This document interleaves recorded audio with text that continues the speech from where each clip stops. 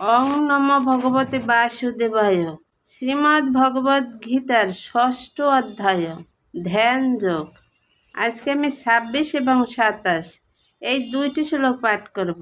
যত যত নিশ্চলতি মন চঞ্চলম অস্থিরম ততস্তত নিয়ম্যেতৎ আত্মনি এব বশম নয়েৎ। অনুবাদ: চঞ্চল অস্থির মন যে যে বিষয়ে ধাবিত হয় সেই বিষয় থেকে নিবৃত্ত করে আত্মার বশে আনতে হবে। তাৎপর্য: মন স্বভাবতই অস্থির ও চঞ্চল, কিন্তু আত্মতত্ত্বজ্ঞ যোগীর কর্তব্য হচ্ছে সেই মনকে নিয়ন্ত্রিত করা। মনের দ্বারা নিয়ন্ত্রিত হওয়া তার কখনোই উচিত নয়।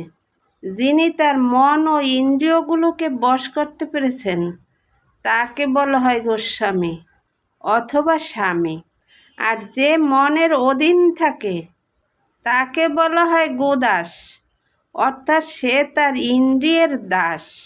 বিষয়ভোগের নিরর্থকতা একজন গোস্বামী ভালো মতেই জানেন। অপ্রকৃত ইন্দ্রিয় সুখে ইন্দ্রিয়গুলি ঋষিকেশ অথবা ইন্দ্রিয়ের অধীশ্বর ভগবান শ্রীকৃষ্ণের সেবায় নিরন্তর যুক্ত থাকে। বিশুদ্ধ ইন্দ্রিয়ের দ্বারা ভগবান শ্রীকৃষ্ণের সেবাই হচ্ছে কৃষ্ণ ভাবনা। ইন্দ্রিয়গুলোকে পূর্ণরূপে বশ করা সেটিই হচ্ছে প্রকৃষ্ট পন্থা। আর সবচেয়ে বড় কথা হচ্ছে সেটি যোগ সাধনার পরম সিদ্ধি। 27 নম্বর শ্লোকে কি বলেছেন? প্রশান্ত মনসম হি এনাম যোগিনাম সুখিম সুখমুত্তমম শান্ত রজসম ব্রহ্মভূতম অকলমসম।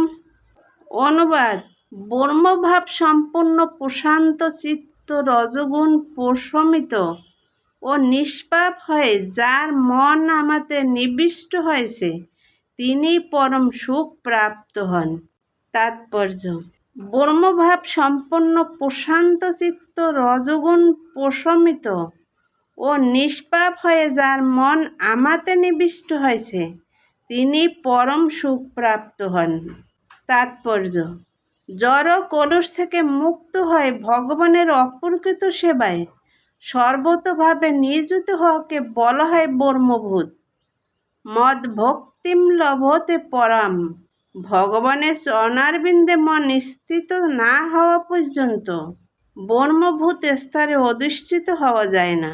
সবই মনঃ কৃষ্ণ পদারবিন্দয়। ভগবত ভক্তি বা কৃষ্ণ ভাবনামিতে নিত্য তন্ময় থাকলে রজগুণ এবং সব রকম জড় কলুষ থেকে সম্পূর্ণভাবে মুক্ত হওয়া যায়। জয় গীতা। হরে কৃষ্ণ। রাধে রাধে।